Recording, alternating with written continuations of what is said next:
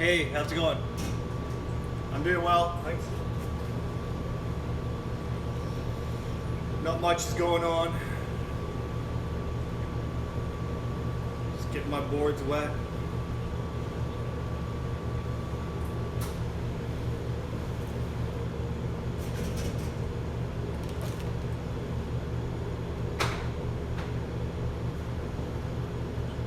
Waiting for my water to come to a boil. We got a new pot and it's a lot bigger than the other one. It takes like 10 minutes longer for it to come to a boil because it's so much bigger. I just make bagels here. That's all I do. I'm a very specialized chef here. At home, I like to cook all kinds of things.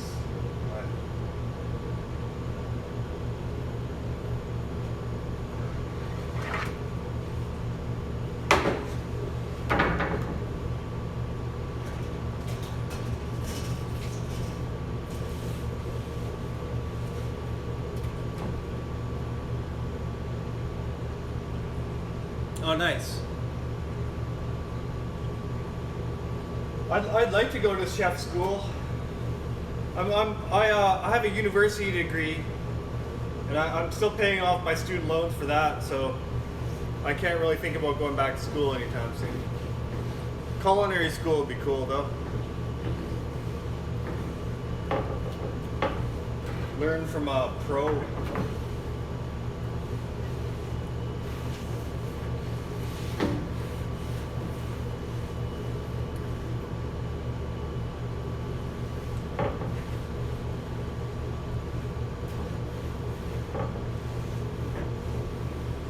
Do you work in the industry?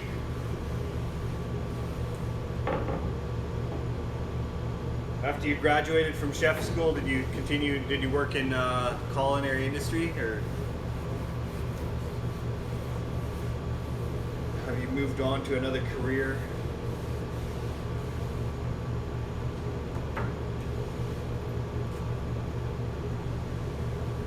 I like this. I like baking.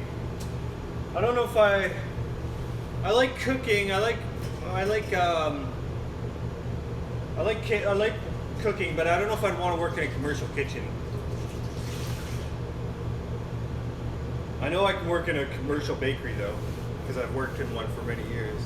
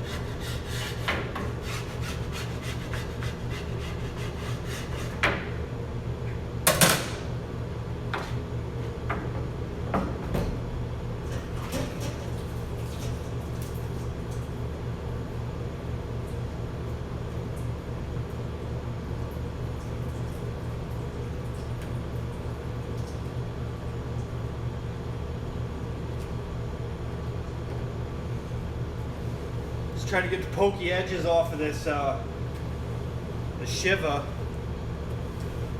because they tear your gloves apart, and they can become slivers if you're unlucky.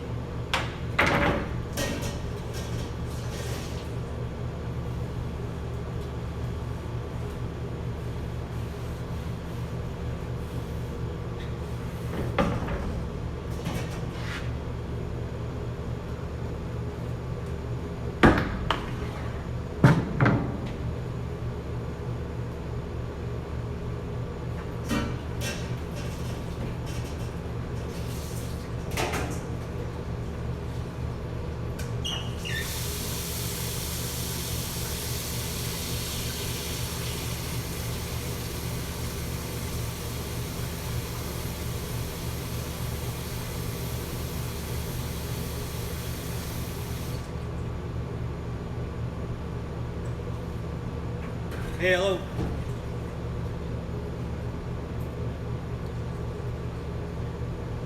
Still waiting for my pot to come to a boil. It's taking forever. Looks like both flames are on. Still probably need another 5 minutes though.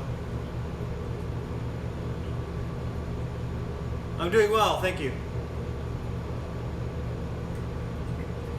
Just need to go over here for a sec.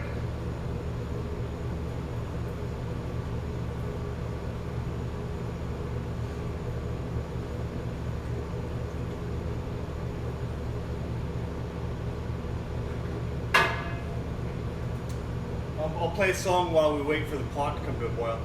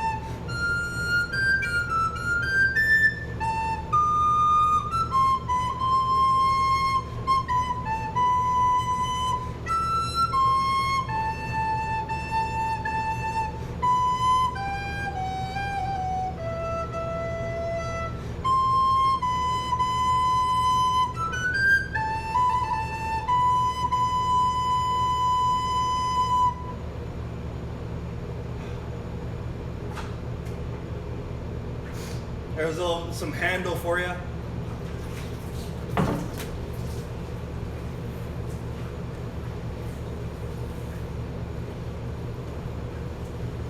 little bit of a handle.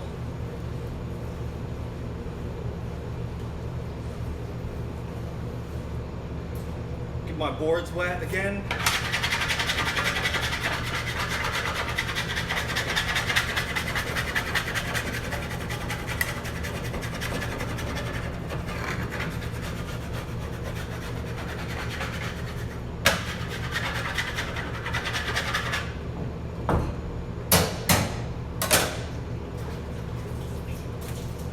Gotta keep your boards clean, wet, clean and wet.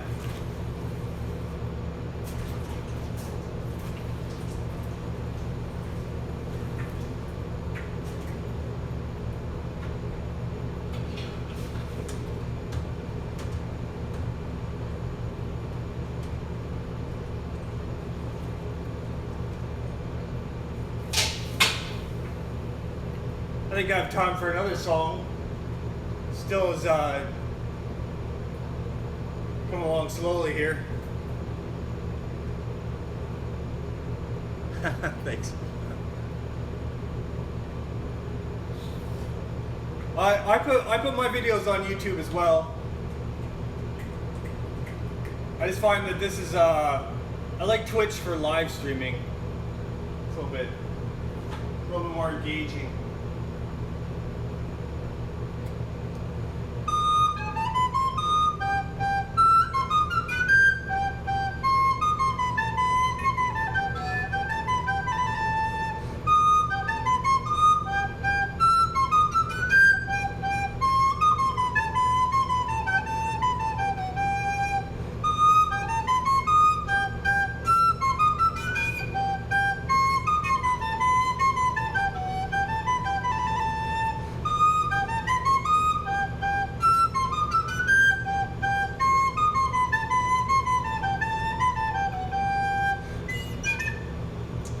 Something stuck in here.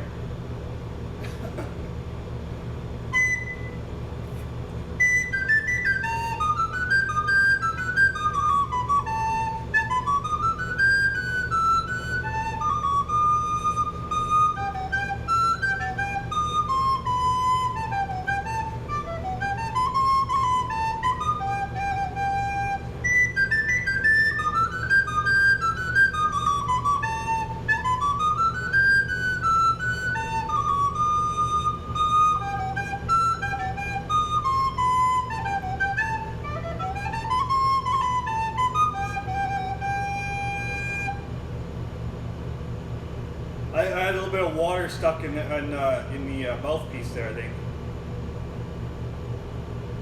I should say spittle, not water. Spittle.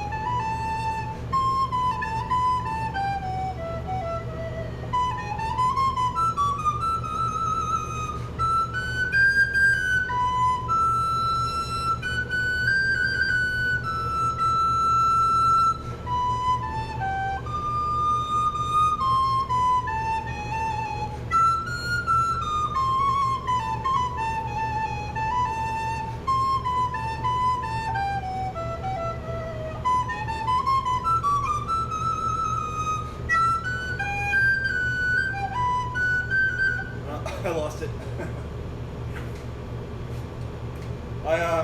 There's something plugging this mouthpiece in this thing.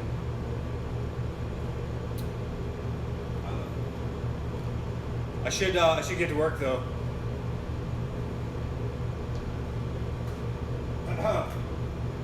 This is my livelihood. Not playing the recorder, but baking bagels. My livelihood. I gotta wash my hands. I'll be back in a minute.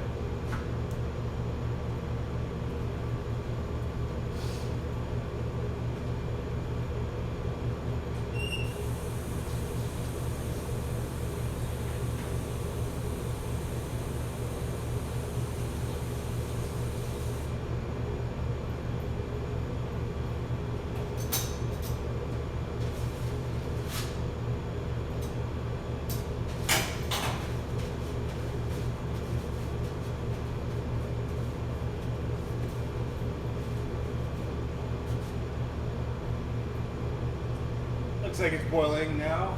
I put my first batch.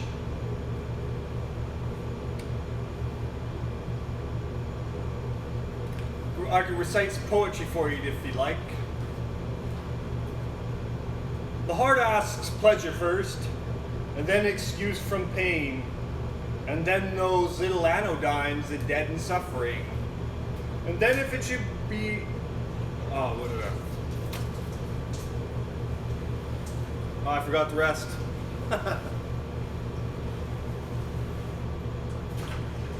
And if it should go to sleep, and then if it should be the will of its inquisitor, the liberty to die. I think that's how it goes. The heart asks pleasure first, and then those little... No. The heart asks pleasure first, and then excuse from pain, and then those little anodynes that deaden suffering. And then if it should be... And then if it should go to sleep, and then if it should be the will of its inquisitor, the liberty to die.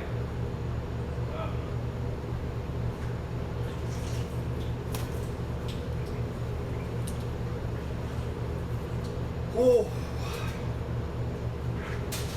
let's make some sesame bagels. These are my sesame seeds. My nice shiny bowl.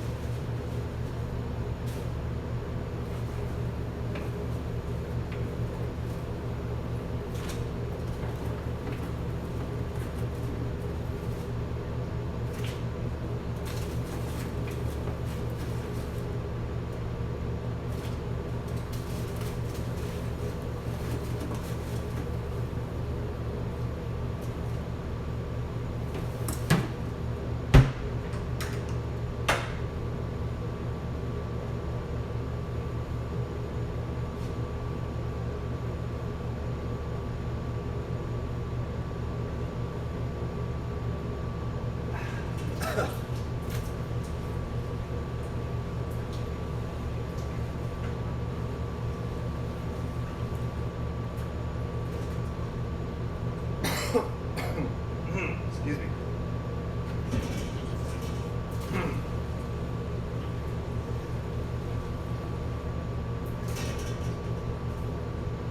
Hamlin Towns in Brunswick, my famous Hanover city. The river Weser, deep and wide, washes its wall on the southern side. A pleasanter spot you've never spied. But when begins my ditty, almost 500 years ago, to see the townsfolk suffer so from vermin was a pity. Rats, they fought the dogs and killed the cats, and bit the babies in the cradles, and ate the cheeses from the vats, and licked the soup from the cook's own ladles. Split open the kegs of salted sprats, they nest in men's Sunday hats, and even spoiled the women's chats by drowning out their speaking with shrieking and squeaking in 50 different sharps and flats. At last the people in a body to the town hall came flocking. "'Tis clear," cried they, "our mayor is a naughty, and as for our corporation, shocking. To think we buy gowns lined with ermine, for dolts who can't or won't determine what's best to rid us of our vermin. You hope because you're old and obese to find in the furry civic robes ease. Rouse up, sirs, give your brains a racking, to find the remedy we are lacking, for sure as fate will send you packing." At this, the mayor and corporation quaked with a mighty consternation. An hour they sat in council. At length the mayor broke silence. "For a guilder I'd my ermine gown sell. I wish I were a mile hence. It's easy to bid one rack one's brain. I'm sure my poor head aches again. I scratch it so, but all in vain. Oh, for a trap, a trap, a trap." Just he said this what should hap. At the chamber door but a gentle tap. "Bless us," cried the mayor, "what's that?" With the corporation as he sat, looking little through wondrous fat. Nor brighter were his eyes, nor moister than a too long opened oyster, save but at noon his paunch grew mutinous for a plate of turtle green and glutinous. Only a scraping of shoes on a mat, anything like the sound of a rat makes my heart go pit-a-pat. "Come in," cried the mayor, looking bigger, and in did come the strangest figure. His long queer coat from heel to head was half yellow and half red, and he himself was tall and thin, with sharp blue eyes each like a pin, and light loose hair and swarthy skin, nor tuft of hair on cheek nor beard on chin, but lips or smile went out and in. There was no guessing his kith or kin, and nobody could enough admire this tall man in his quaint attire. Quoth one, "It's as my great-grandsire, starting up with the trump of doom's tone, had walked this way from his painted tombstone." He advanced towards the council table, and "Please, your honor," said he, "I am able, by means of secret charm to draw, all the creatures living beneath the sun, that crawl or swim or fly or run, after me so as you never saw. And I chiefly use my charm on creatures that do people harm, the mole and toad and newt and viper, and people call me the Pied Piper." And here they noticed round his neck a scarf of red and yellow stripe to match with his coat of self-same check. And at the scarf's end hung a pipe, and his fingers they noticed were ever straying, as if impatient to be playing upon this pipe, as low it dangled over his vesture so old-fangled. "Yes," said he, "Pied Piper as I am, in Tartary I fed the cam, last June from his huge swarms of gnats. I eased in Asia the Nizam of a monstrous brood of vampire bats. And as for what your brain bewilders, if I rid your town of rats, will you give me 1,000 guilders? 50,000 was the exclamation, an astonished mayor and corporation. Into the street the piper stepped, smiling first a little smile, as if he knew what magic slept in his quiet pipe the while. Like a musical adept to blow his pipe, his lips he wrinkled, and green and blue his sharp eyes twinkled, like a candle flame where salt is sprinkled. And ere 3 shrill notes the pipe uttered, you heard as if an army muttered, and a muttering grew to a grumbling, and a grumbling grew to a mighty rumbling, and out of the houses came the rats tumbling. Great rats, small rats, lean rats, brawny rats, brown rats, black rats, gray rats, tawny rats, grave old potters, gay young friskers, fathers, mothers, uncles, cousins, cocking tails and pricking whiskers, families by tens and dozens, brothers, sisters, husbands, wives, follow the Pied Piper for their lives. From street to street he piped advancing, and step for step they followed dancing, until they came to the river Weser, where it all plunged and perished. save one who stout as Julius Caesar, swam across and lived to carry, as he the manuscript he cherished, to Ratland home his commentary. Which was, at first shrill notes of the pipe, I heard a sound as of scraping tripe, and putting apples wondrous ripe into the cider presses bright, and a moving away of pickle tub boards, and leaving a jar of conserve cupboards, and drawing the corks of train oil flasks, and breaking the hips of butter casks, and it seemed as if a voice, sweeter far than by Harper by Solar and his breed, called out, "O rats, rejoice! The world has grown to a vast dry saltery. So munch on, crunch on, take your nunch on, breakfast, supper, dinner, lunch on, and just a bulky sugar punch on, already staved like a great sun shone, gracious scarce an inch before me, just as me thought it said come bore me, I found the West rolling over me." You should have heard the Hamlin people ring the bells as they rock the steeple. "Go," cried the mayor, "and get long poles, poke up the nests and block up the holes, consult with carpenters and builders, and leave in our town not even a trace of the rats." When suddenly up the face of the piper perked in the marketplace, the first, if you please, my 1,000 guilders. 1,000 guilders? The mayor looked blue, so did the corporation too, for council dinners made rare havoc with Claret, Moselle, Vin, de Graaf, Hawk, and half the money would replenish their cellar's biggest butt of Rhenish. To pay this sum to a wondering fellow, with gypsy coat of red and yellow. Besides, quoth the mayor with a knowing wink, our business was done at the river's brink. We saw with our eyes the vermin sink. What's dead can't come to life, I think. So, friend, we're not folks to shrink from our duty of giving you something to drink, and a matter of money to put in your poke. But as for the guilders, what we spoke of them, as you well know, wasn't a joke. Besides, quoth the mayor with a knowing wink, our business was done at the river's brink. We saw with our eyes the vermin sink. What's dead can't come to life, I think. So, friend,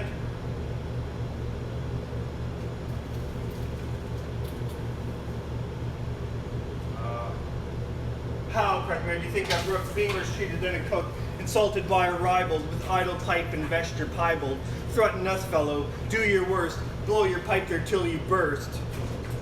Once more he stepped into the street, and to his lips again laid his long pipe a smooth straight cane, and ere he blew 3 notes, such sweet soft notes as yet musicians cunning never gave the enraptured air. There was a rustling and seemed like the bustling of America, justling and pitching and rustling, small feet were pattering, wooden shoes clattering, little hands clapping, little tongues chattering, like foals in their farm where barley is scattering. Out came the children running, all the little boys and girls, with rosy cheeks and flaxen curls, and sparkling eyes and teeth like pearls, tripping and skipping ran merrily after. The wonderful music was shouting and laughter.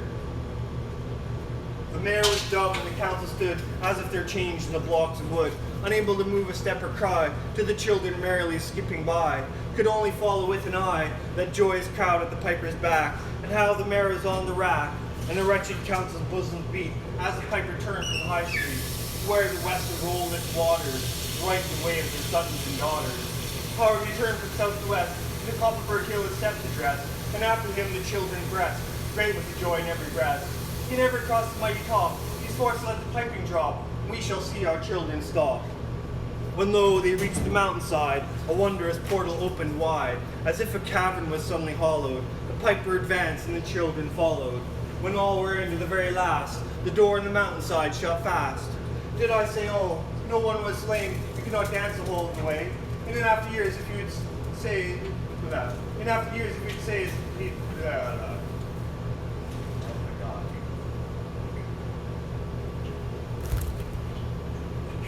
mayor was dumb, and the council stood as if they're changed in the blocks of wood, unable to move a step or cry, to the children merrily skipping by, could only follow with an eye that joyous crowd at the piper's back, and how the mayor was on the rack, and the wretched council's bosom beat, as the piper turned from the high street, to where the west had rolled its waters, right in the way of their sons and daughters.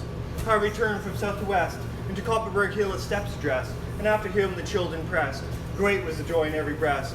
He never crossed the mighty top, he's forced to let the piping drop, and we shall see our children stop.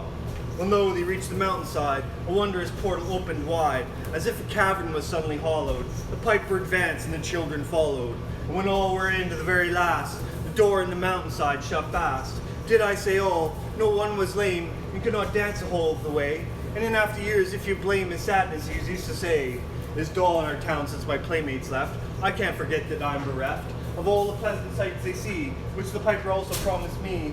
For he led us, he said, to a joyous land, joining the town just at hand, where waters gushed and fruit trees grew, and flowers of forth a fairer hue, and everything was strange and new.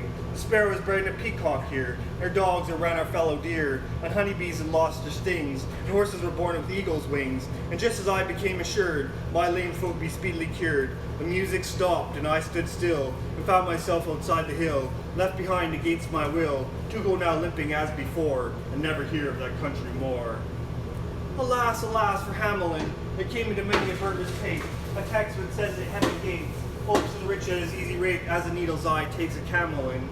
The mayor sent east, west, north, and south, to offer the piper by word of mouth, wherever was men's lot to find him, silver and gold to his heart's content, if only he'd return the way he went, and bring the children behind him.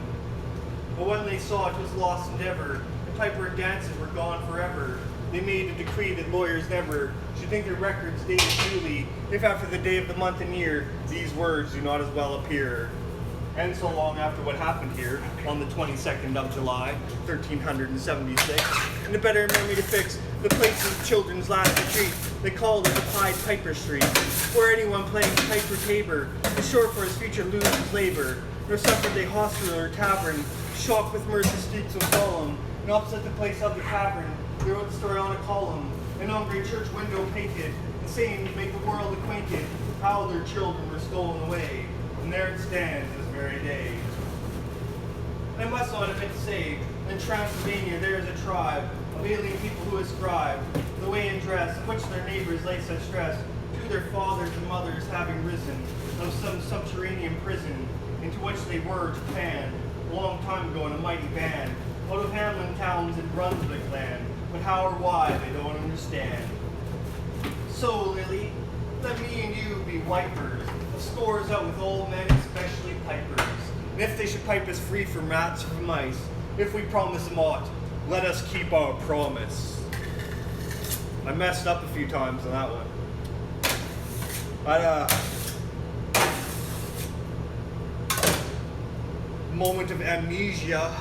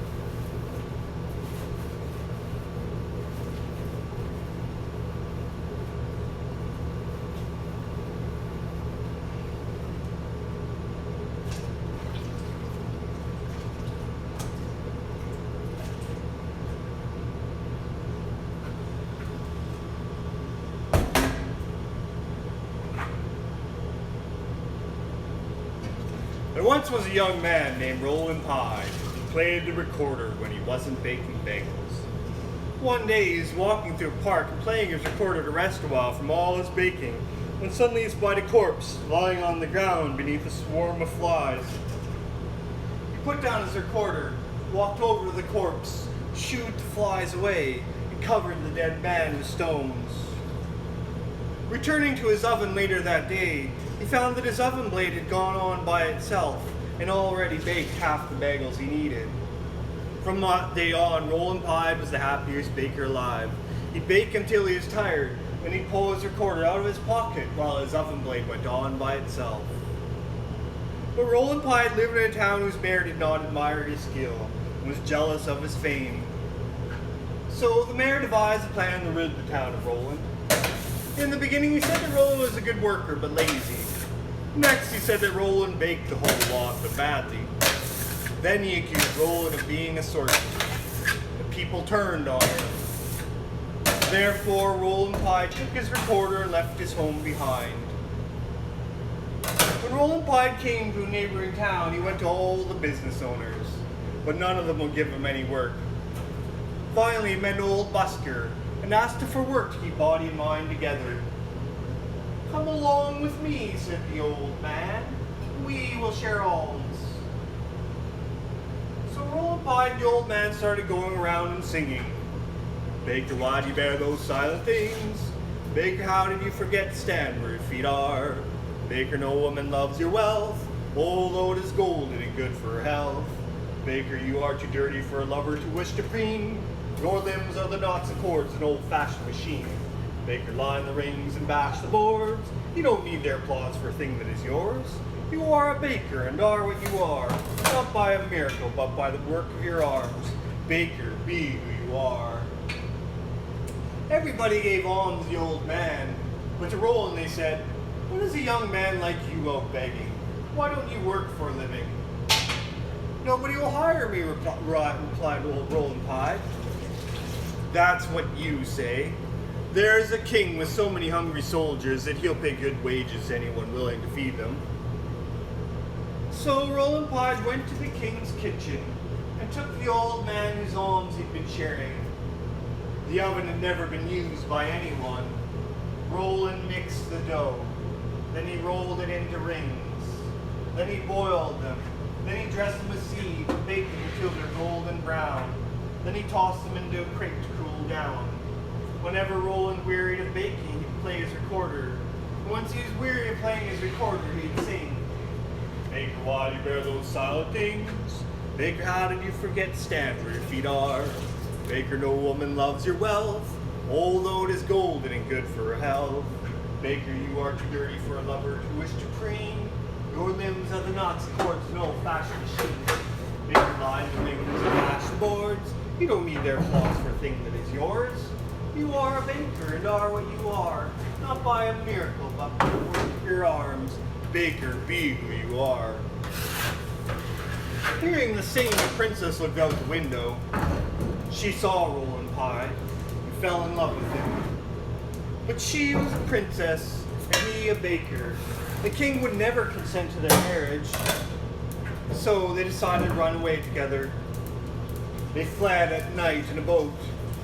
They were already on the high seas when Roland remembered the busker. He said to his beloved, "We must fetch the old man, since he shared his alms with me. We can't go off and leave him like that." At that very moment, the old man came up behind the boat, walking on the water as though it had been dry land. Reaching the boat, he said, "We agreed to divide everything we had, and I shared everything I own. Now you have the king's daughter. You must give half of her to me." At this, he gave Roland Pie the knife to cut his bride in two. Roland Pie took the knife with a trembling hand. "You are right," he said. "You are perfectly right." He was on the point of cutting his bride in two, when suddenly the old man stopped him. "Stop! I knew you were a just man. I am the dead man, mind you, whom you covered with stones. Go now, and may the two of you always be happy." At this, the old man walked away on the waves. The boat came to an island rich in all good things, with a princely palace awaiting the newlyweds.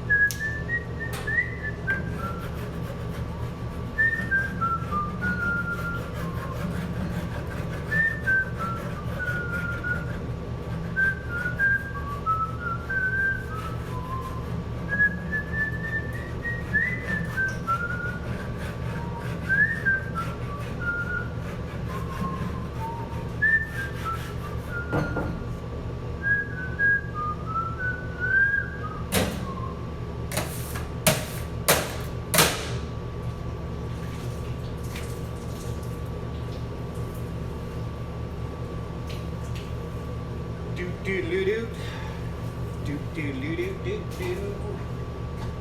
Do-do-doo-doo-doo-doo-doo-doo-doo-doo-doo.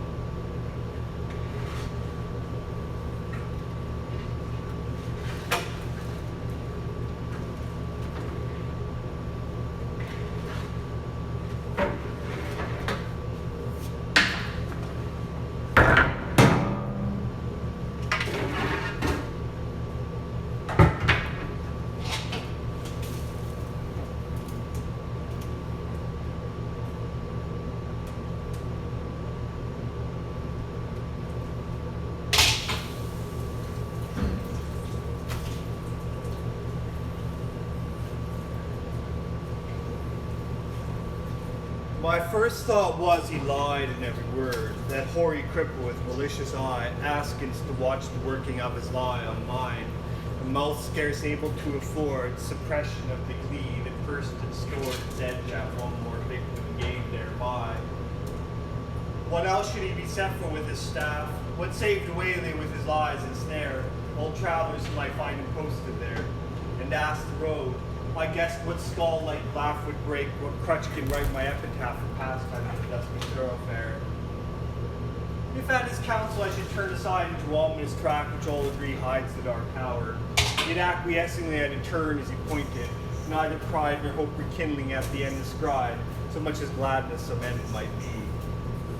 For what with my whole world wide wondering, what with my search drawn out through years, my hope dwindled into a ghost not fit to cope with that obstreperous joy success would bring. I hardly tried now to rebuke the spring my heart made, finding failure in its scope. As a sick man very near to death seems dead indeed, and feels begin and end the tears, and takes a farewell of each friend, and hears one bid the other go, draw a breath freely or outside. Since all is over, he saith, and the blow fallen, no grieving can amend. While some discuss if near other graves be room enough for this, or when a day suits best for carrying the corpse away, with caribou banners, scarfs, and staves, and still the man hears all and only craves, he may not shame such tender love and stay. Thus I had for so long suffered in this quest, heard failure prophesied so oft been writ, so many times among the band of wit, the knights who to dark tower search address their steps, that just fail as they seem best, and all doubt was now should I be fit. So quiet as this despair I turned from him, that hateful cripple, out of his highway into the path he pointed. All the day had been a dreary one at best, and dim was settling into its close. Yet shot one grim red deer to see the plain catches astray. For mark, no sooner was I fairly found, partially plain after a pace or two, and pausing to go back for the last few, over the stateless was gone, grey plain all round, nothing but plain to the horizon's bound. Must go on, what else remained to do? So on I went. I think I never saw such starved, ignoble nature. Nothing throve, for flowers as well expected cedar grove, but chortle and spurge according to their law, might propagate your kind with none to awe. You think a bird being a treasure trove. Phil Penry inertness ingrimates, in some strange sort were the land's portion. See or close your eyes, said nature peevishly. If nothing skills, I can't help my case. 'Tis last judgment's fire must cure this place. Calcine its clods and set my prisoners free. If there push any ragged thistle stalk above its mace, its head was chalk. The bents were jealous elves. What made the holes and rents in the dog's harsh source leaves? Bruises to block all hope of vainness. 'Tis a brood must walk, passionate life of the brute's intense. As for the grass through his scarce his hair in leprosy, thin dry blades pricked the mud which underneath was beaded up with blood. One stiff blind horse as every bone is fair, stood stupefied however he came there, thrust out past service from the devil's scud. Alive, he might be dead for aught I know, with red gaunt and calloped neck astrain, and shut eyes beneath the rusty mane. Seldom went such grotesqueness with such woe. I never saw a brute I hated so. He must have been wicked to deserve such pain. I shut my eyes and turned them on my heart, as a man calls for wine before he fights. I asked one draft of earlier, happier sights. Ere fitly I can hope to play the part. Think first, fight afterwards, a soldier's art. One taste of old time sets all to rights. Not it. I fancied Cuthbert's reddening face beneath its garniture of curly gold. Dear fellow, till I almost felt him fold. An arm and mind to fix me to that place. That way he used, alas, one night's disgrace. How went my heart's new fire and left it cold. Giles then, the soul of honor, there he stands, frank as 10 years ago at night at first. An honest man should dare, he said he durst. Good, but the scene shifts, fall when hangman's hand pinned to his breast of parchment. His own boundary did poor traitor spit upon and cursed. Better this present than a past like that. Back therefore to my darkening path. No soundless sight as far as the eye could strain. Will the night send a howl or a bat, I asked, when something on the dismal flat came to arrest my thoughts and change their train. A sudden little river crossed my path, as unexpected as a serpent came. No tides congenial to the gloom. This is a froth by, might have been a bath for the fiend's going hoof, to see the wrath of its black eddies be spat with flakes and spoons. So petty and so spiteful, all along those scrubby alders milled over it, drenched willows flung them heavily in fit throat despair, a suicidal throng, the river which had done them all the wrong, whatever that was rolled by and turned no wit. Which while I forded, good saints, how I feared to set my foot upon a dead man's cheek, each step or feel the spear I thrust to seek for hollows tangled in his hair or beard. It may have been a water rat I speared, but ugh, it sounded like a baby's shriek. Glad was I to reach other bank, now for a better country, vain presage, who are the strugglers, what war do they wage, whose savage trample can thus pad the dank soil to a plash, toads in a poison tank, or wild cats in a red-hot cage. The fight must so have seemed in that foul absurd. What penned them there with all the plain to choose? No footsteps leading to that horrid muse. None out of it, mad brood, set to work their brains, no doubt, like galley slaves a Turk, pits for his pastime Christians against Jews. And more than that, a furlong on, why there, what bad use was that engine for, that wheel or break-not wheel, that harrow fit to real men's bodies out like silk, with all the hair of its tool on earth. With all the air of top soul on earth left unaware, brought to sharpen its rusty teeth with steel. Then came some stub ground, once a wood, next a marsh it would seem, now mere earth, desperate and done with, so the fool finds birth, makes a thing and mars it, till his mood changes and off he goes, within a rude bog, clay and marsh, sand and stark black dirt. Now blotches rankling colored, gay and grim, now patches where some leanness of the soil's broken in moss or substances like oils. Then came a palsied oak, a cleft in him, a distorted mouth that splits its rim, gaping at death and dies while it recoils. As far as ever from the end, not in the distance but the evening on, point my footsteps further at the thought. Great black bird, Apollyon's bosom tent, sailed past the beat its wide wings, dragon pen. It brushed my cap, perchance the guide I sought. Or looking up where I somehow grew, the plain and given place all round the mountains with such names that grace near heights and deeps now stolen in view. How thus I surprised them solving you, how to get from there was no clearer case. Yet half I seemed to recognize the trick of mischief had happened to me, God knows when, in a bad dream perhaps. Here ended their progress this way, when in the very nick of giving up one more time came a click, as when the trap shuts, you're in the den. Burningly it came upon me all at once. This was the place. Those two hills crouched like two bulls locked horn in horn and fight, while to the left tall Scout Mountain, Dunce daughter to dozing at the very nunce, after a lifetime of training for the sight. One in the midst lay but the tower itself, the round squat turret, blind as a fool's heart, built of brown stone without a counterpart in the whole world. The tempest mocking out points the ship, and thus the unseen shelf he strikes on only when timbers scorch. Not see, because of night perhaps, why day came back for that. Behind her left the dying sunset dwindled to a cleft, the hills like two giants in the hunting lane, chin upon hand to see the game at bay, no stab and end the creature through the heft. Not here, when noise was everywhere and told, increasing like a bell, names in my ears, of lost adventurers, my peers. How such was strong, and such was bold, and such was fortunate, yet each of old, lost, one moment now the woe of years. There they stood, ranged along the hillside met, to view the last of me, a living frame, for one more picture in a sheet of flame. I saw them and knew them all, and yet, dauntless, a slug one to my lips I set, and blue, child Roland to a dark tower came.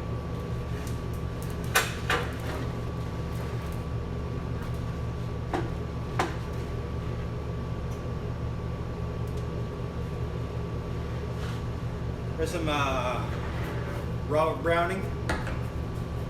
Oh, thanks. Thanks, Normister. I need to go to the freezer and get some more bagels.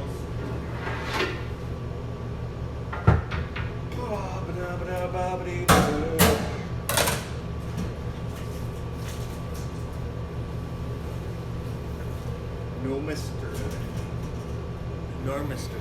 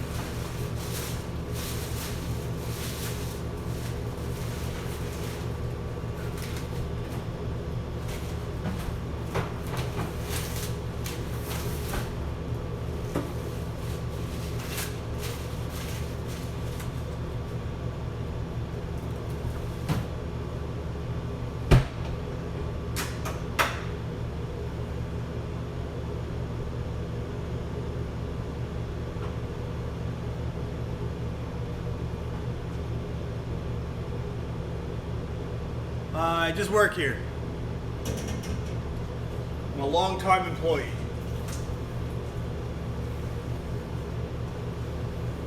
I've been working for this company for 6 or 7 years.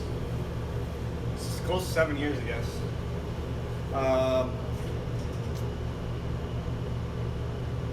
Maybe one day I'll open my own bagel shop. Fortunately, I don't have a lot of capital on hand. Today, you gotta be a capitalist in order to own a business.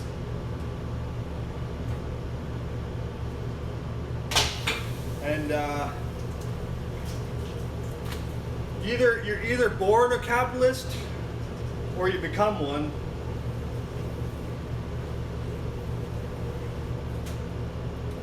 I was not born one, and I haven't become one yet, so I don't know.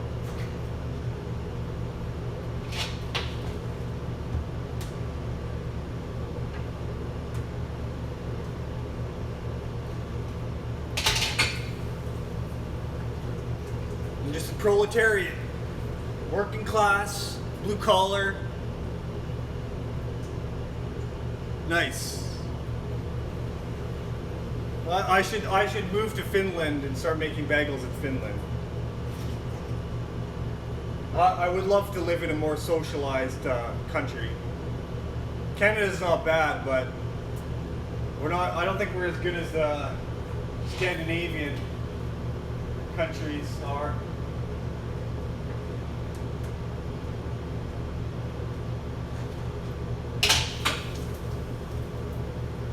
Scandinavian. I have I have Norwegian ancestry. I've always wanted to visit Norway.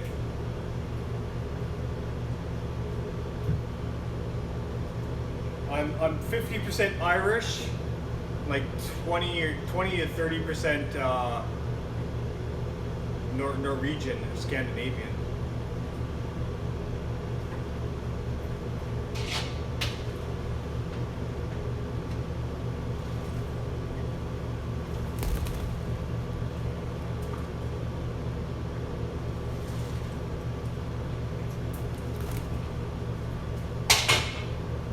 I'm an Irish, Norwegian, Canadian. Yeah, Canada's beautiful. We're a little bit we're a little bit too close to the United States of America, though.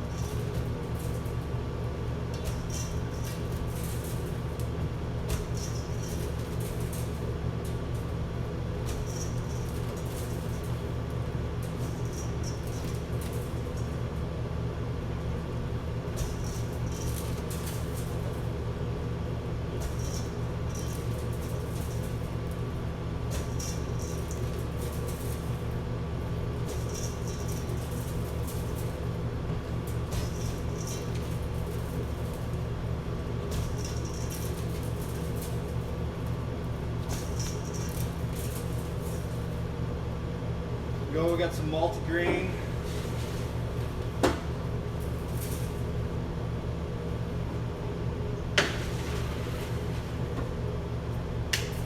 Multigrain on the boards in the oven.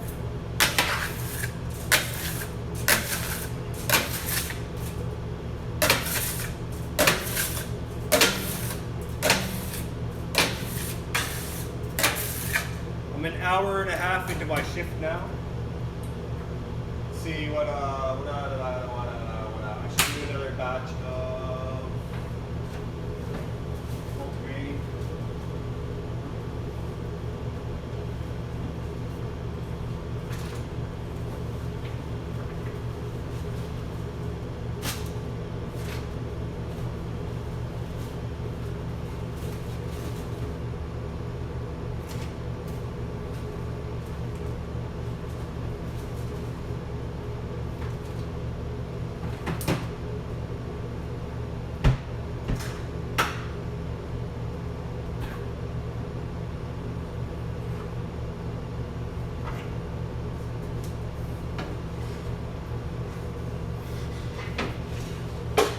Let me tell you a story about capitalists. I make about, I guess about 700 to 800 on this shift anyways. Other shifts I bake a little bit more. This one's,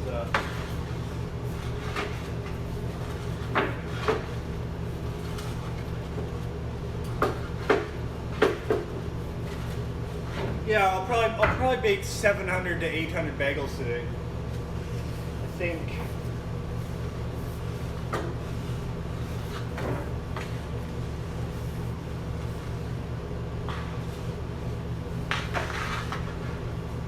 I'm gonna do about 30 to 40 batches.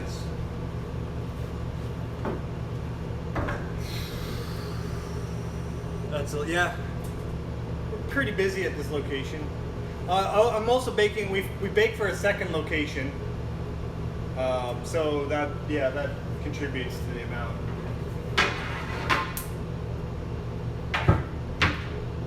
But the second location is not nearly as busy as this location, so.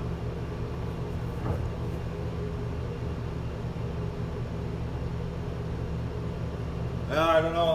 I'm probably definitely in the hundreds of thousands of bagels, maybe the millions. I don't know.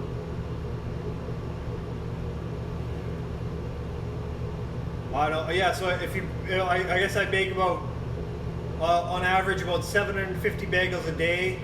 I work 5 days a week, and I've worked here for 7 years. You'll have to do the math. I'm not very good at math.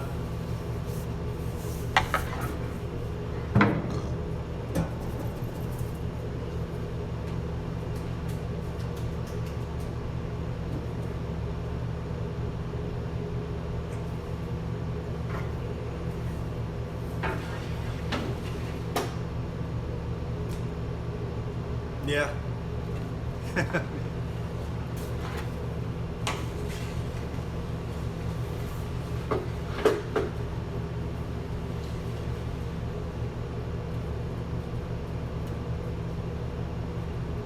I could probably figure it out. I'd just be mumbling to myself for like 10 minutes trying to figure it out.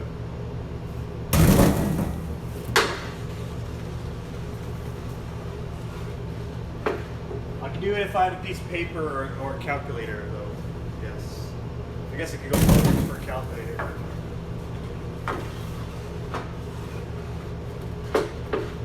Calculator.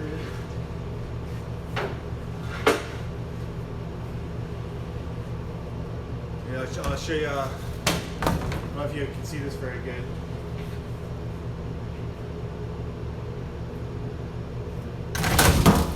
Oh, I got some of it. I didn't get any on the floor. That was a good thing.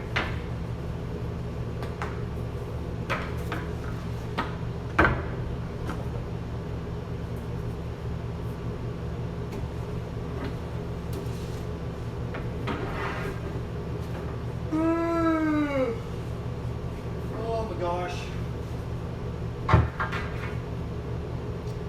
Holy yawnage.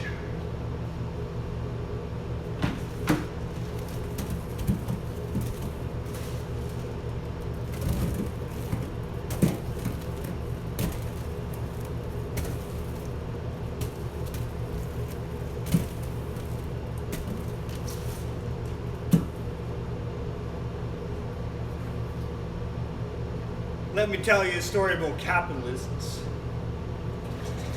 There once was a rich man who had just one son.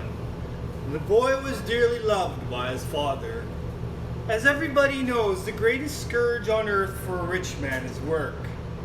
Therefore, when his son turned 14, the father decided to send him to school to learn the science of laziness. On the same street as the rich man, there lived a famous and highly respected professor who had never done a lick of work in his life he could get out of doing. The rich man called on him and found him stretched out in the garden under a fig tree, with a cushion under his head, a cushion under his back, and a cushion under his buttocks. Before talking to him, I must first see how he does, said the rich man to himself, and he hid behind a hedge to observe the man. The professor lay as still as a corpse with his eyes closed. The only time he moved was whenever he heard the thud of a ripe fig falling on the ground near where he lay.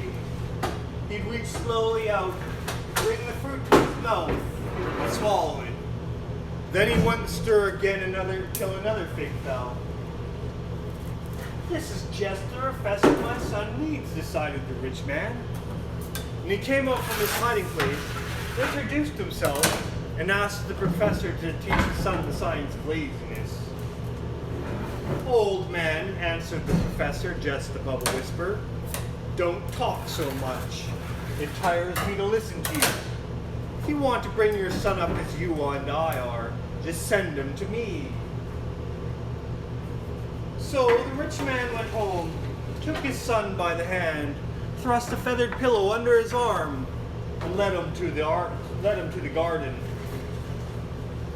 I urge you, he told him, to do everything you see this professor of idleness do.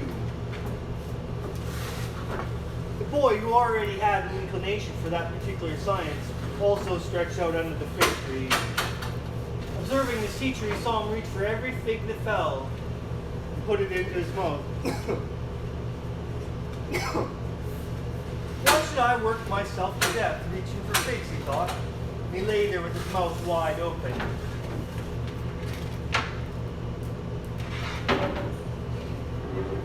Soon a fig fell into his mouth. He reopened his mouth. Another fig fell. This time it missed. He lay there with his mouth wide open. He lay there perfectly still and murmured, why so wide of the mark? Fig fall into my mouth. Seeing how wise his pupil already was, the professor said, go on now. You have nothing to learn from me. You can even teach me something. So the boy went home to his father. who thanked heaven for having given him such a smart son.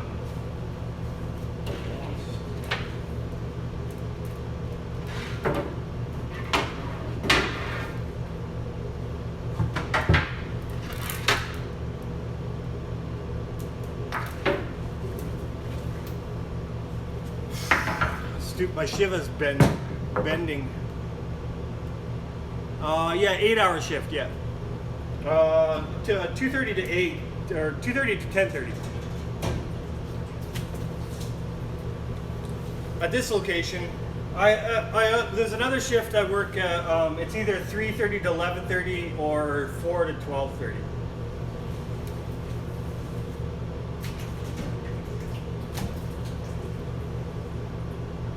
Oh, thanks. It's based on an Italian folktale, anthologized by Italo Calvillo, one of my favorite authors, novelists, writers, essayists.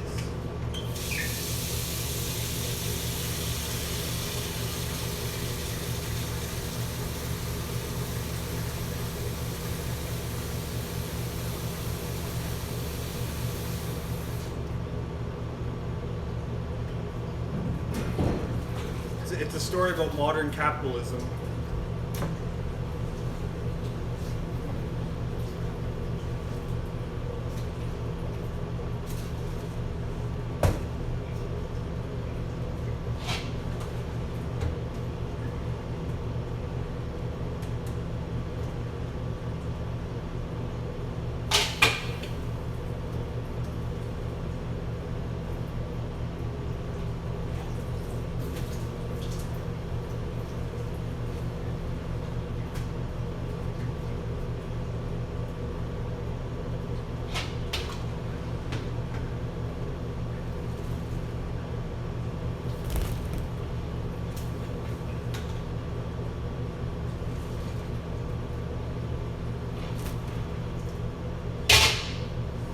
I also can recite the first part of the Declaration of the Independence.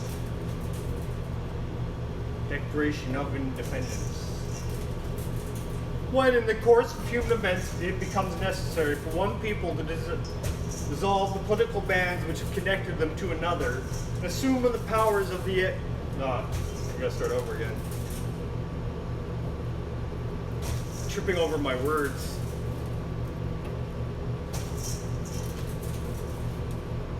When, in the course of human events, it becomes necessary for one people to dissolve the political bands which have connected them to another, and assume among the powers of the earth the separate and equal stations to which the laws of nature and nature's God entitle them a decent respect to the opinions of mankind requires that they should declare the causes which impel them to the separation.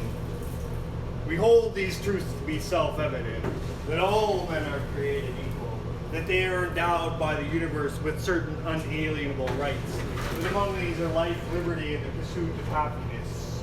And to secure these rights, governments instituted by men, deriving their just power from the consent of the governed, and whenever any form of government becomes destructive to these ends, it is the right of the people to alter or abolish it, and institute new government, laying its foundations on these principles, and organizing its power in such form as to them shall seem most likely to affect their safety and happiness. Prudence indeed will dictate that governments long established should not be changed to light or transient causes. Experience accordingly has shown that mankind are more disposed to suffer when evils are sufferable than right themselves by abolishing the forms to which they have become accustomed. But when long train of abuses and usurpations, pursuing invariably the same object, evinces the design to produce them under absolute despotism, it is their right, it is their duty to throw off such government and provide new guards for their future security. Such has been the patient sufferance of these colonies, and such is the necessity which constrains them to alter their former systems of government. The history of the present King of England is a history of repeated injuries and usurpations, all having in direct object the establishment of an absolute tyranny over these states. To prove this, let facts be submitted to a candid world. He has refused assent to laws most wholesome and necessary for the public good. Sounds like Donald Trump, doesn't it? Yeah, I eat a bagel a day. A bagel a day keeps the apple away, is what I say.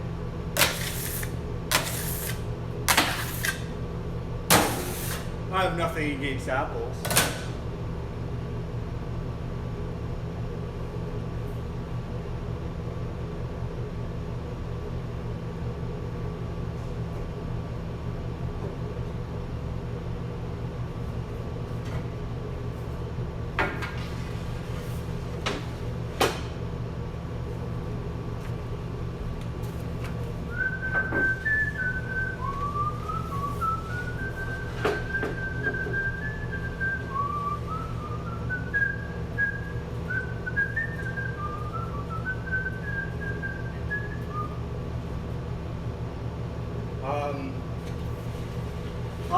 I look at a bagel as just being a man-made fruit. It's an oven fruit, I call it. So I put it in the fruit and vegetable category. It's the only bread product I put in that category.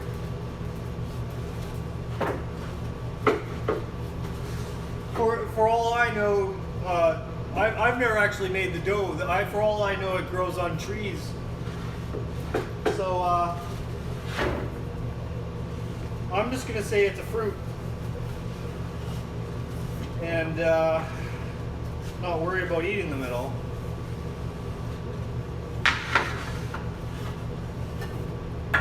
Good old oven fruit.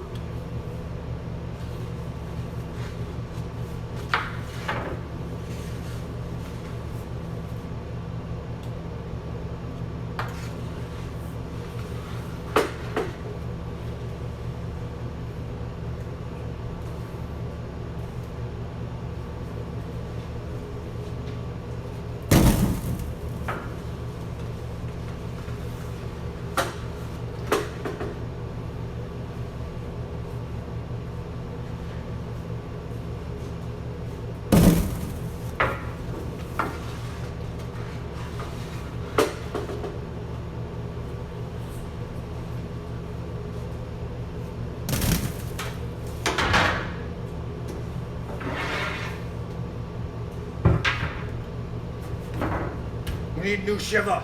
This one's bent. Peanut butter and jam.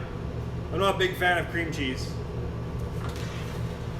Maybe that's why I haven't gained any weight since I started working here. I eat the bagels all the time, but I don't eat the cream cheese. So. I like dairy, but cream cheese just I don't know what it is about cream cheese. It makes me gross out about it. I don't like it.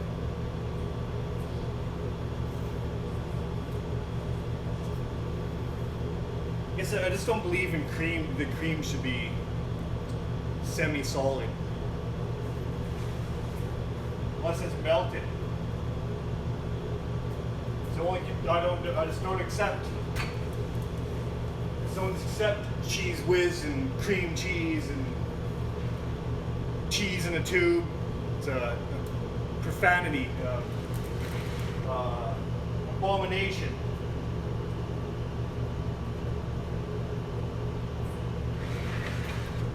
It's an abomination. Cheese. Those are cheese abominations. Abominations of cheese. Yeah, I just don't eat cream cheese at all. Well, I shouldn't say that. I eat it occasionally, I guess, but. I don't believe in anything low fat. I like eating things with fat in it.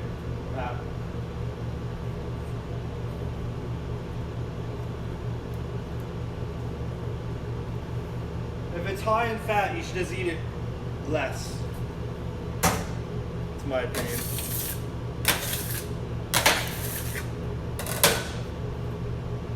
Oh, I'm getting thirsty. I need to drink some coffee.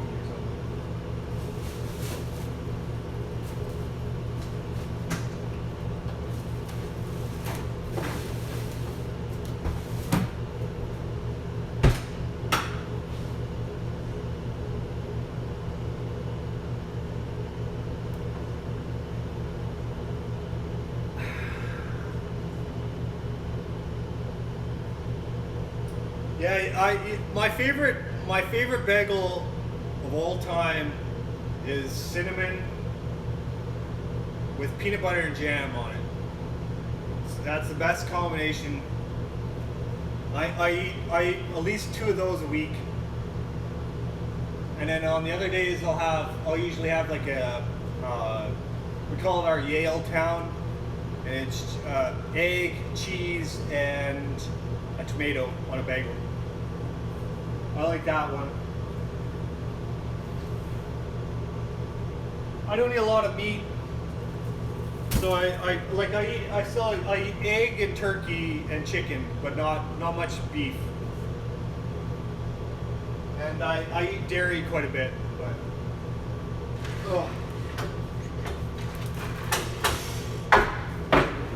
I'm trying to eat a more of a plant-based diet.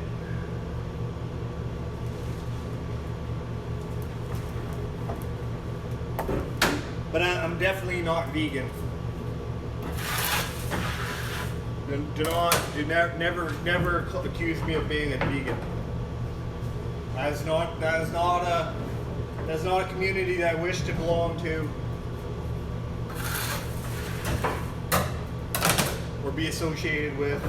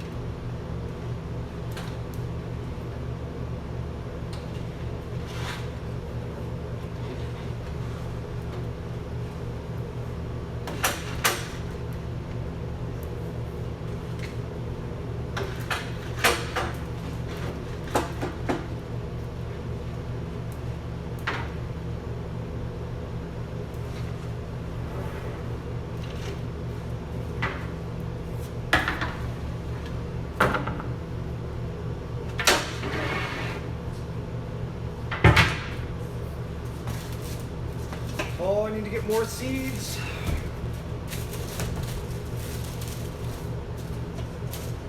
We'll be back in a moment.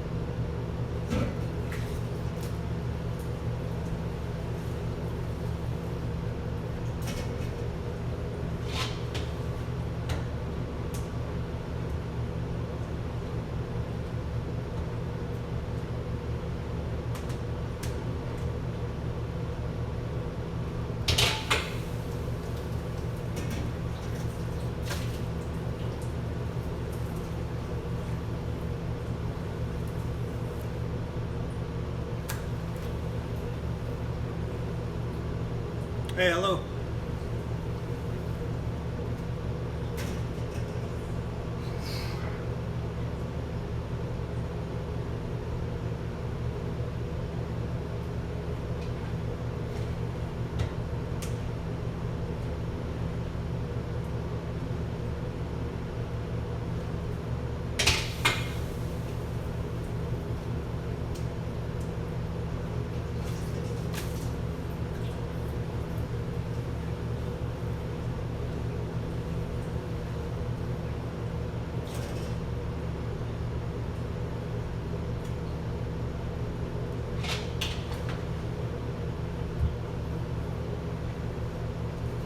Bagels making Bagels.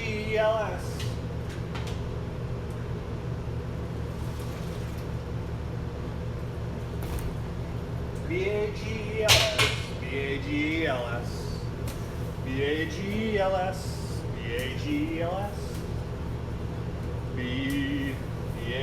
Bagels.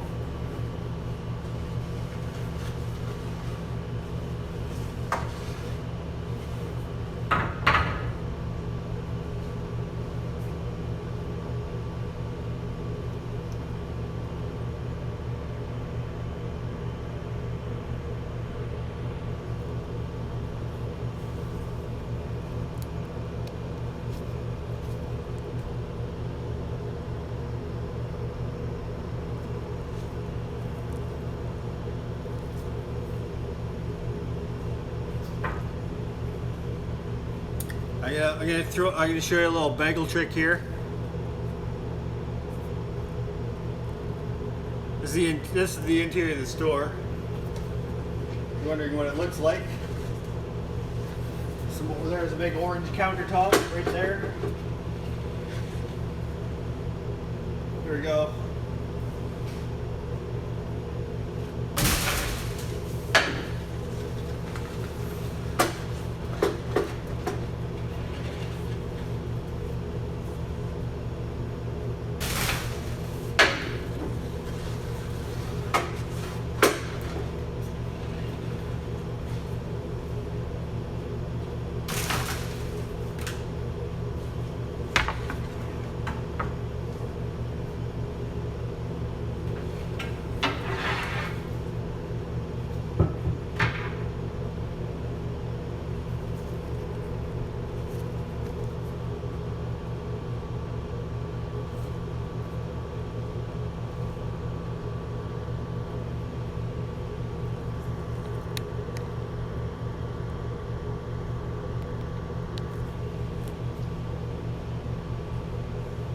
now back to our regular broadcast.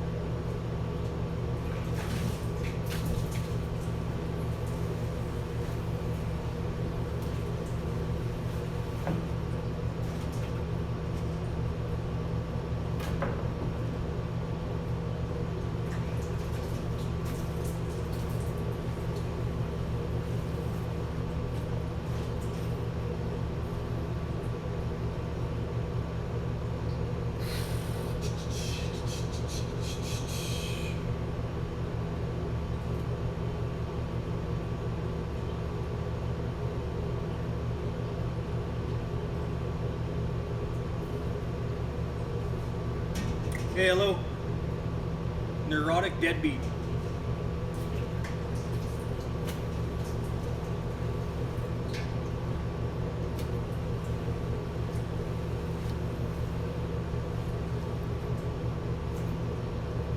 Hope that's it's going well.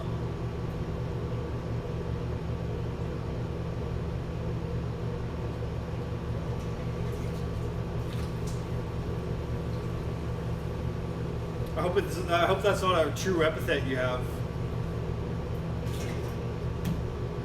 described yourself by.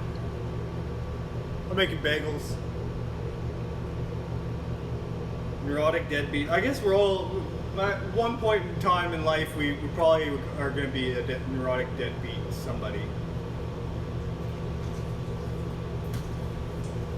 I know, probably my ex-girlfriends probably think that, probably use that epithet for me all the time. Neurotic deadbeat. Oh yeah.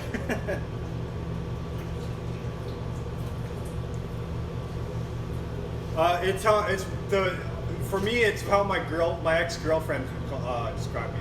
That's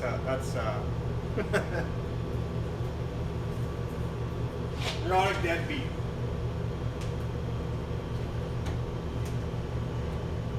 I don't know how I describe them. I don't know if I can use those words on Twitch without a disclaimer.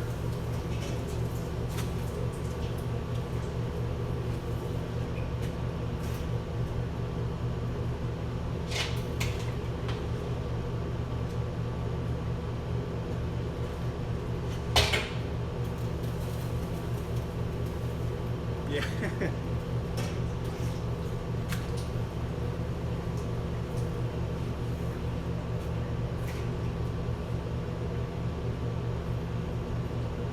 Neurotic deadbeat.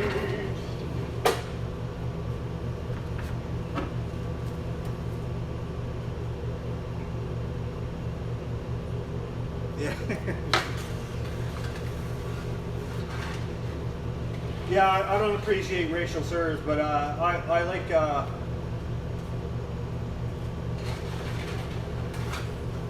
a big fan of profanity.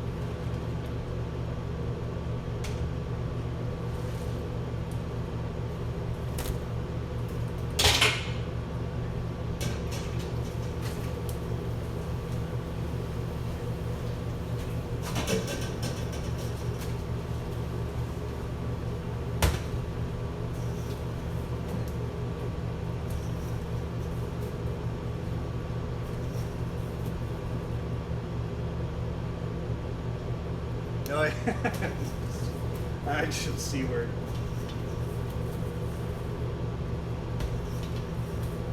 That's how I describe my. That's how I want to describe my ex-girlfriends. Hypocritical C word. Sanctimonious C word.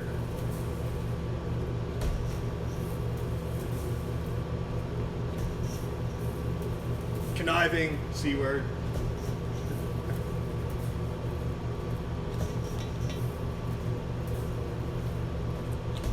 Perfidious C word. Deceitful C word.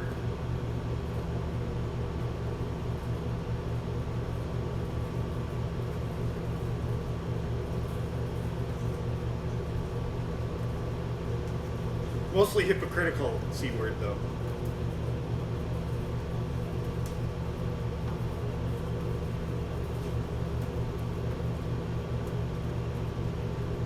I think hypocrisy is the thing that I find the most abhorrent. It's the most abhorrent human behavior. Doing the thing that you accuse others of doing.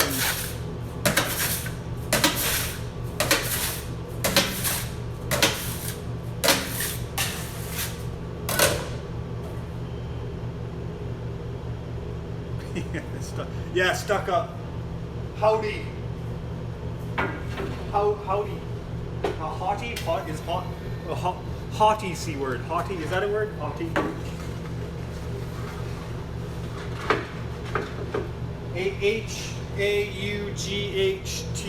something. Oh man. I'm roasting these bagels. Roast bagels.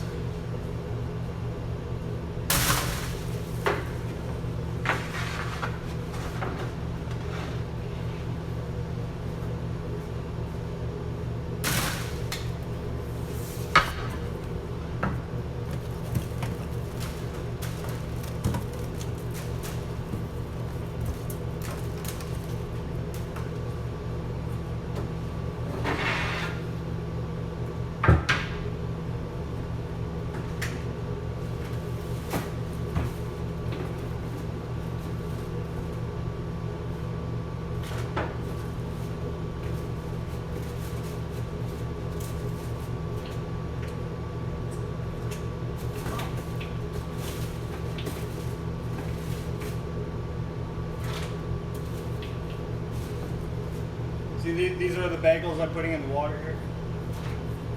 Into the water. I'm boiling them in a vat of boiling water. Yeah, haughty. There you go, haughty. Arrogantly superior, disdainful. Yeah, that's the word. That's that haughty and hypocritical. Those are the two adjectives that I would like to use for my ex-girlfriend.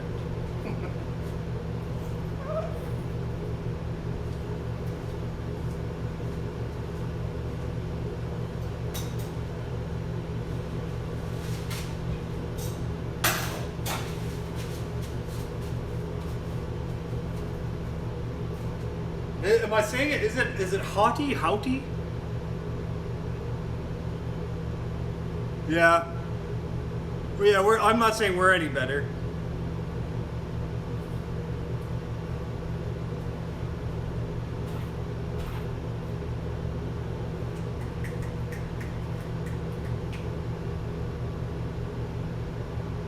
Yeah.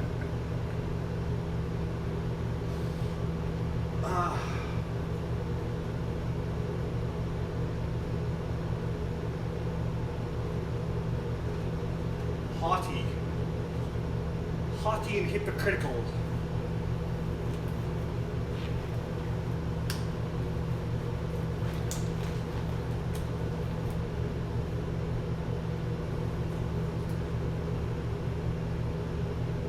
I live in Vancouver, East Van. I've lived here for about 7 years now. I grew up in Alberta.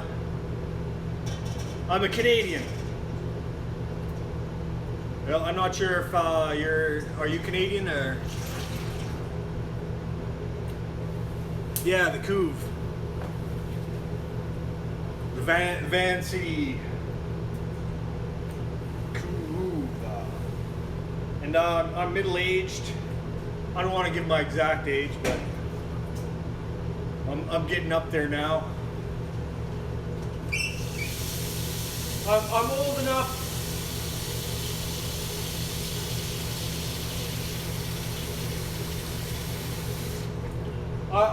Let's say, I'll put it this way: I'm too old for Tinder, and too young for Bumble.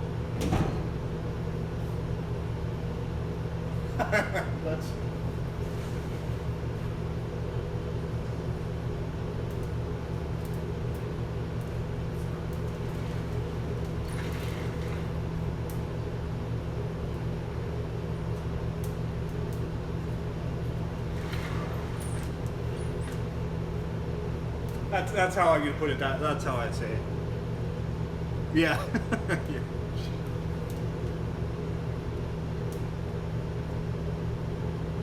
Oh, nice.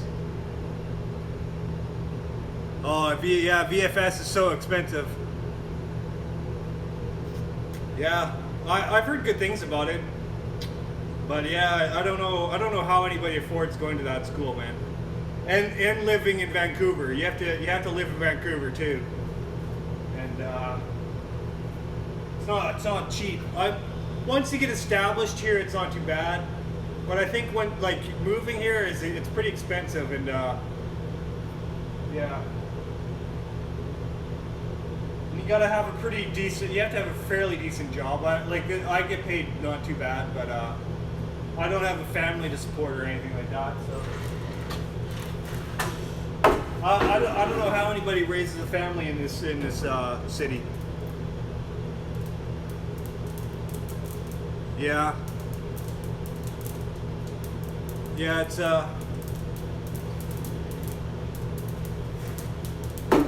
yeah, it's tough. I'm still paying off my student loans.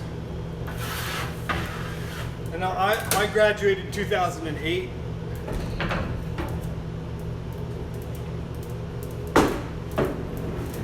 Like 12 years ago.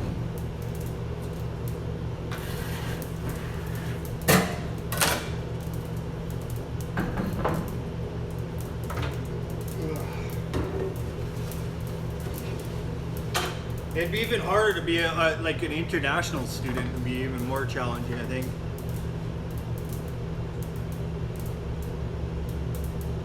Yeah.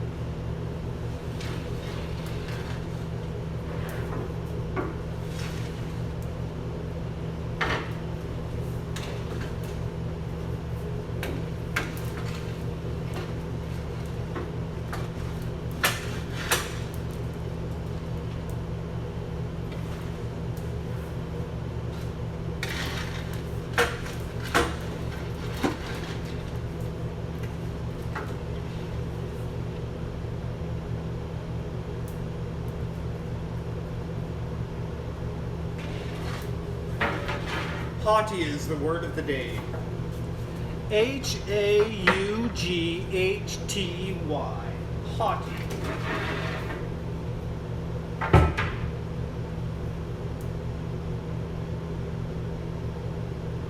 Yeah.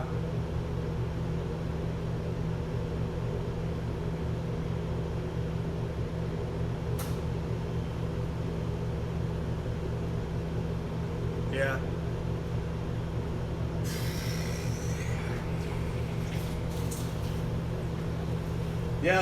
Being an international student, I can see that being really a huge challenge. Yeah, especially if you're coming from a country that has a weaker currency. Yeah, you'd be paying a lot more for things. Yeah, investment payments.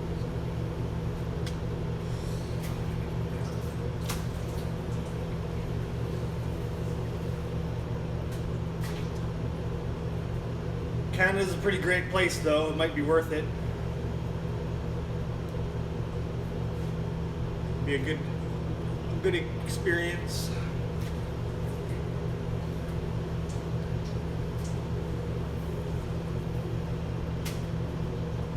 Go Toronto, Montreal, or Vancouver.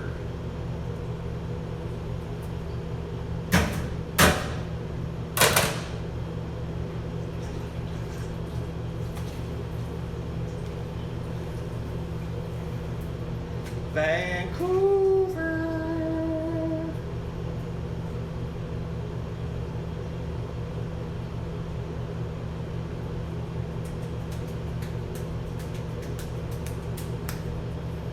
Let's do some everything bagels. Oh.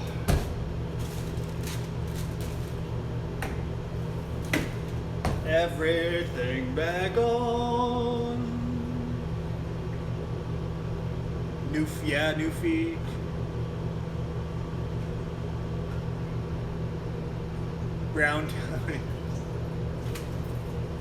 Browntown, Toronto.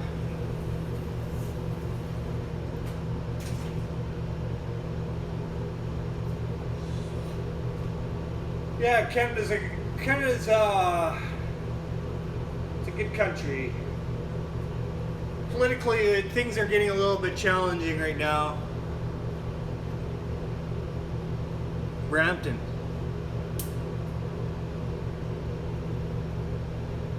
Oh yeah, Brampton, Ontario. I haven't been to Ontario. I've been to Toronto and Ottawa. Those are the two places I've been. And a small town called Bancroft. Bancroft, Ontario. I went there for a month after high school.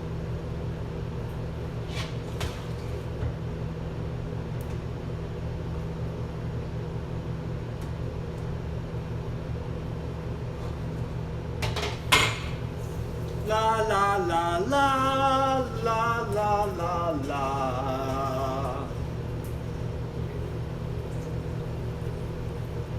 La la la la la la.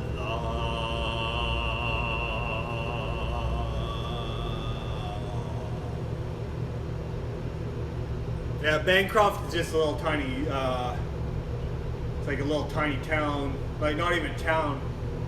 It might be qualified as a hamlet or a village. It's in cabin country.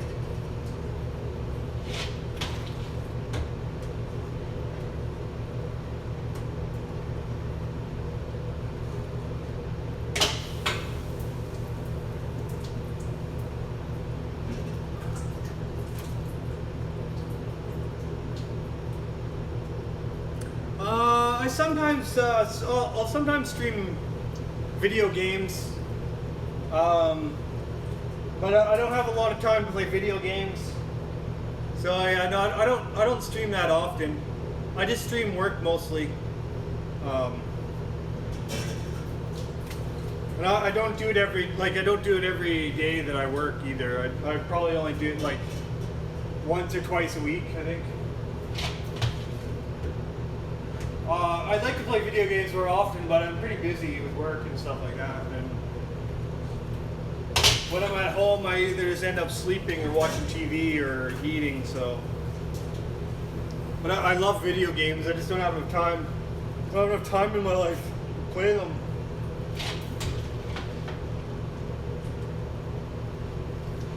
I was playing Far Cry Primal. I'm like 50% done.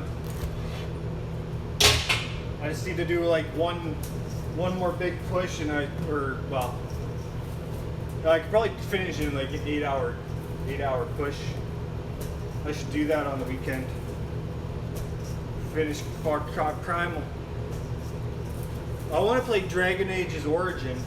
I've been watching some other streamers play that. I like retro games. Playing retro,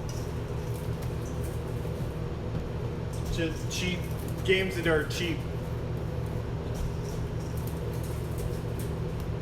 to play. I don't play the newest games because I'm too much of a cheapskate.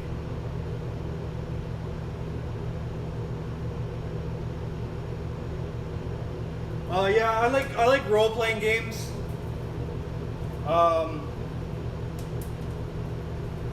Yeah, like adventure exploration games. So yeah, Far Cry Primal was a good one. I like Dragon Age's I'm looking forward to Baldur's Gate 3 coming out. I want to try to play through that. I want to play through the whole Baldur's Gate. I like that. I was playing Vermintide. Vermintide 2 was I like the Games Workshop games. I like StarCraft, but I can't play it very well. So I just end up watching the good players play. Oh, I see, yeah, Battle Royale. Yeah, I haven't really played that much.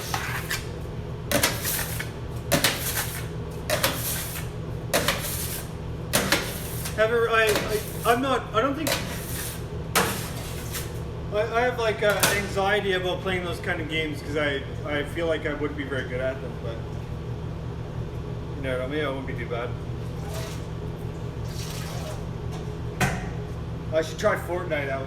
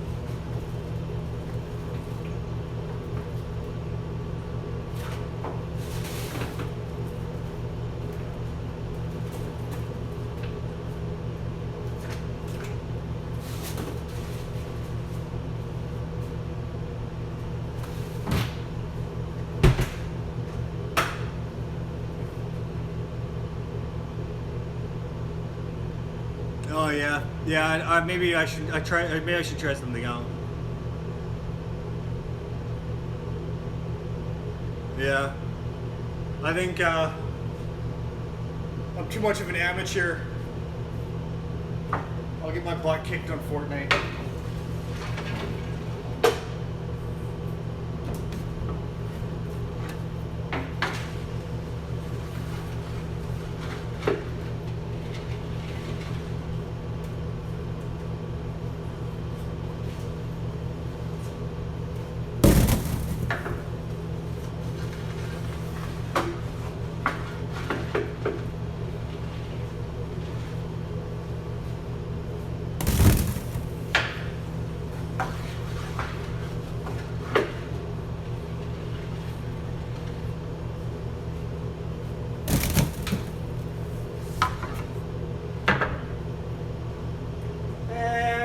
Bagels, everyone loves bagels.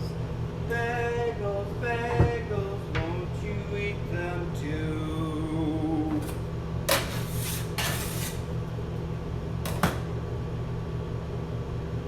Oh yeah, yeah. Being unemployed, yeah.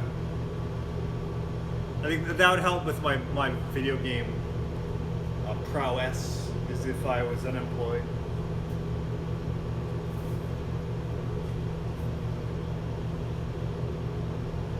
Oh my god. Oh, it's about time for coffee. Starbucks opens in 23 minutes.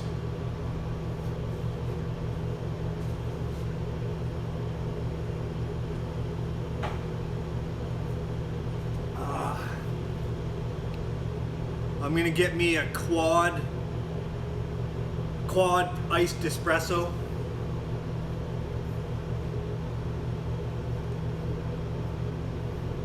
I don't know why they don't do make bigger sizes than quads. They should make an octo. Get me an octo iced espresso. Or a hexa, a pentahexa, septa, octo.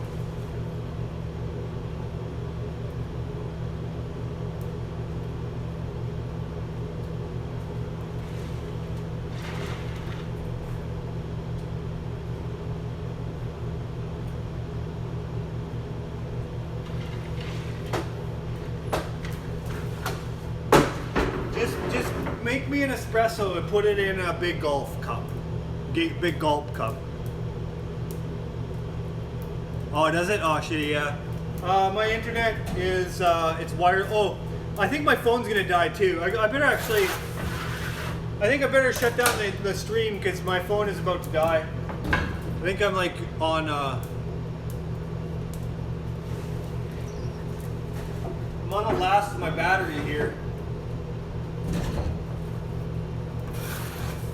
Yeah, it's just the internet I'm on is like some shitty internet. Uh,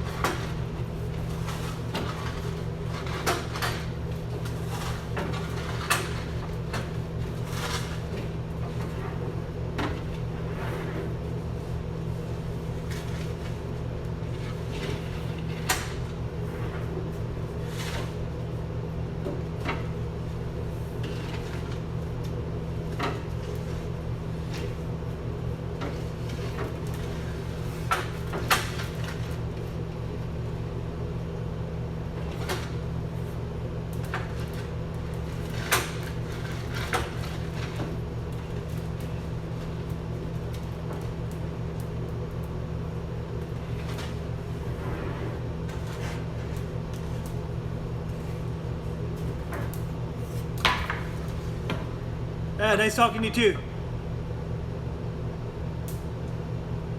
His girl? What do you mean? I'm not a girl. Anyways, I better shut down the stream here before my phone dies, crashes, expires. Yeah, thanks for watching. Come and get a bagel if you're ever in the Vancouver area. Actually, this is North Camp, Vancouver. We're on 17th and Lonsdale. No girl. Yeah, no girl. Have a good day. Thank you. Okay, thanks. Thanks for watching. Have an excellent morning.